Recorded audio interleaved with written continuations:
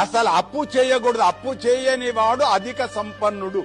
ఉన్న దానిలో ఆనందాన్ని పంచుకునేవాడు గొప్పవాడు.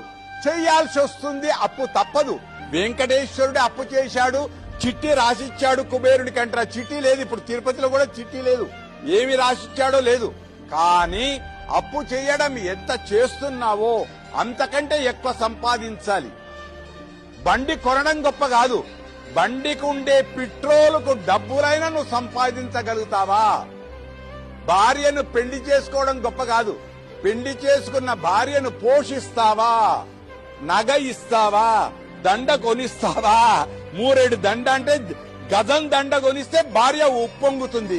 అప్పు తీసుకున్నవానికి వెంటనే 2 రోజుల ముందే అప్పు తీరితే ఆనందపడతాడు. కనుక మంచి రోజుల్లో అప్పు తీసుకుందాం, మంచి రోజుల కంటే